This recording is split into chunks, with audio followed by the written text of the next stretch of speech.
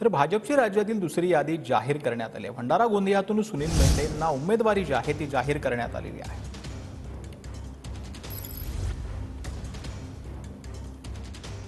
भाजपने सुनील मेंढे यांना भंडारा गोंदिया लोकसभेची पुन्हा एकदा लोकसभेची जी आहे उमेदवारी जाहीर केलेली आहे। त्यानंतर त्यांची पहिली प्रतिक्रिया आपण जाणून घेऊया।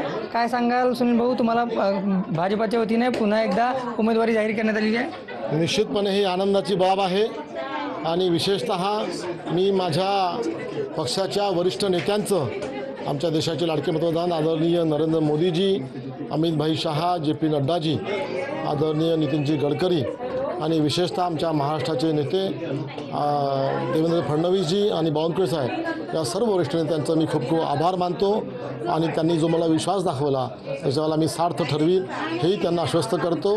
आणि सोबतच माझ्या कार्यकर्त्यांनी गेल्या 5 वर्षामध्ये जे मला साथ दिली आणि मला ह्या इथल्या लोकांची सेवा करता आली, निश्चितपणे येणारी निवडणूक ही मोठ्या फरकाने आम्ही जिंकू कार्यकर्त्यांच्या भरोशावरती याचा विश्वास व्यक्त करतो आणि कमीत कमी 3.5 लाखापेक्षा जास्त मताधिक्याने आम्ही निवडणूक परत एकदा जिंकून दाखवू। रुपेश सपाटे, TV9 मराठी, भंडारा।